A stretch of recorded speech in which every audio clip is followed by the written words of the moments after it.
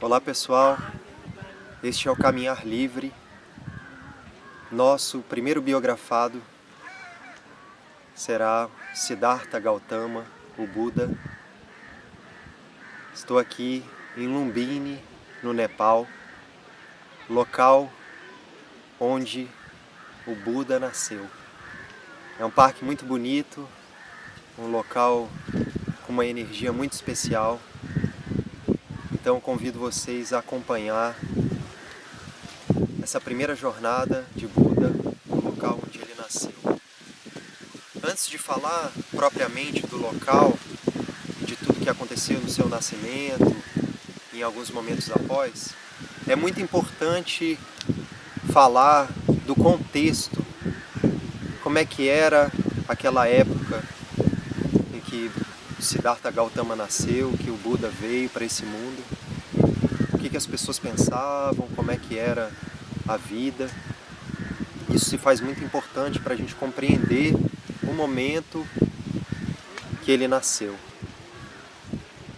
Naquela época, algo que reinava entre as pessoas era sobre a lei do karma. Todas as pessoas nasciam e, claro, iam vivendo suas vidas, agindo, dando seus passos, e eles acreditavam que cada ação que realizavam nessa vida, eles iriam morrer, e o renascimento dependia dessas ações. Então tudo que você fez, cometeu numa vida, isso levava você a renascer e a, numa nova vida, reviver e fazer as coisas, pagar o preço daquilo que você viveu. Era essa a lei do karma. Então as pessoas viviam, cometiam suas ações e numa próxima vida continuavam pagando e cometendo novas ações, fazendo novas atitudes, e isso ia levando a novos nascimentos. E um termo muito importante que as pessoas daquela época falavam sobre isso era a roda de Sansara. Então a roda de Sansara, ou a roda do sofrimento, era a partir dessa lei do karma. Então esse ciclo de sofrimento, que as pessoas viviam os seus sofrimentos, os seus desejos, os seus apegos, e por justamente viver esses desejos e apegos, levavam elas a viver uma nova vida, e nessa próxima vida, novos apegos, novos desejos, e isso ia numa roda, num ciclo que diziam que era a roda de Sansara. Mas isso, que durou muito tempo, começou a trazer nas pessoas uma sensação de desconfiança, de descrédito. As pessoas estavam cansadas, claro, de sofrerem, de perceberem que sua vida não estava livre, que todas as suas ações estavam amarradas umas nas outras e que a levavam a novas vidas. E as pessoas começavam a procurar uma forma de se libertar disso, uma forma de poder superar isso e no final se libertar. Então esse sentimento começou a aparecer nas pessoas, né? Estou falando de uma época assim por volta de 600 anos antes de Cristo, então 560 antes de Cristo. Então essa época as pessoas, e antes disso até, bem antes, as pessoas viviam esse dilema, a lei do karma e como superar essa roda de Sansara, essa roda do sofrimento. A sociedade hindu naquela época era dividida em 4 castas. Então a primeira casta eram os brahmanes. Os brahmanes eram considerados os sacerdotes. Então eram aqueles que realizavam os cultos e detinham o poder espiritual. A outra casta era dos kshatriyas. Os kshatriyas eram os governantes e aqueles que lutavam, que protegiam os reinos, né? Eram a defesa dos reinos. Tinha também os Vaishyas. Os Vaishyas eram aqueles camponeses, os criadores de gado. E por fim, a quarta casta eram os Sudras. Os Sudras eram a casta mais baixa, eram os marginais, eram os escravos da sociedade. Cabe falar aqui um pouco dessa primeira casta, os Brahmanes, os sacerdotes. Então, esse ritual que os Brahmanes faziam tinha alguns elementos, como um sacrifício ao fogo, sacrifício de animais, como eles entravam em transe, em êxtase, e ali, através do sânscrito, compartilhavam, diziam para as pessoas as escrituras sagradas, os Vedas. Então os Brahmanes detinham esse poder, e não só isso, diziam também que o sacrifício de animais, né, o sacrifício ao fogo, poderia trazer para as pessoas uma riqueza material. Então amarrava também aquilo que eles acreditavam, amarravam as pessoas que fazendo aquilo que eles diziam iriam trazer progresso, seja espiritual ou seja material.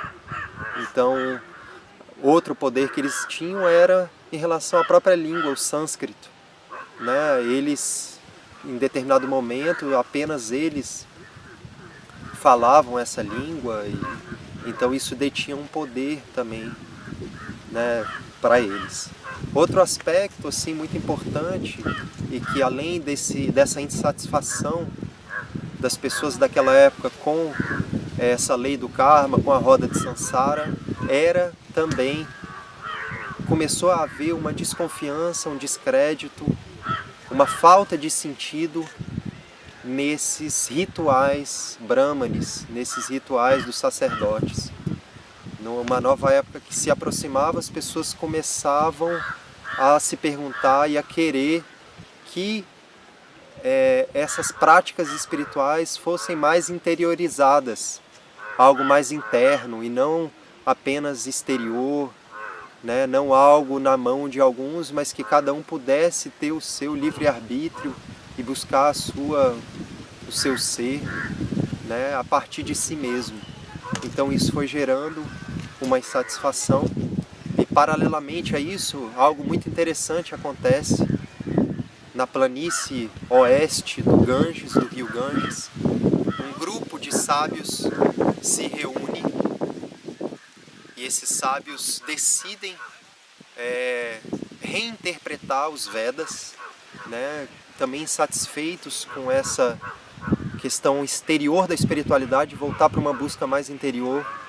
Eles começam a reinterpretar as escrituras sagradas e começam a fazer os ensinamentos passados de mestre para aluno. Então algo mais a dois, mais sutil, mais próximo. E eles dão o nome disso e são os Upanishads. Então os Upanishads, que quer dizer sentar-se próximo. Então essas escrituras dos Upanishads, que é sentar-se próximo, ou seja, algo mais íntimo, de uma troca, de um diálogo ali sobre espiritualidade, eles resolvem reinterpretar, reescrever os Vedas para buscar, para ir mais fundo no âmago do ser, né? A busca deles era por Brahma, né? O Supremo, o âmago do universo, né? O Deus Brahma, e era essa a busca deles. E olha que bonito, isso eu acredito ser muito especial, eles descobriram nesses estudos espirituais que a essência do universo, né? Que Brahma estava no âmago do ser, era da mesma essência de Atman, do nosso eu, da nossa essência do nosso eu. Então algo que estava fora, Brahma, eles nessa busca descobriram que Brahma estava dentro de nós. Uma história ilustra muito bem isso.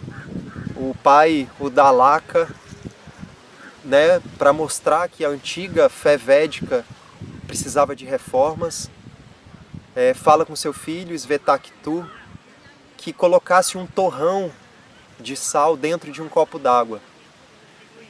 E seu filho bota esse torrão na água, e claro, o torrão se desfaz, e o pai pede para o filho beber água, e o filho bebe, e ali o pai fala para o seu filho e percebe que o sal não estava mais ali, né? Antes era um torrão e agora estava dissolvido na água.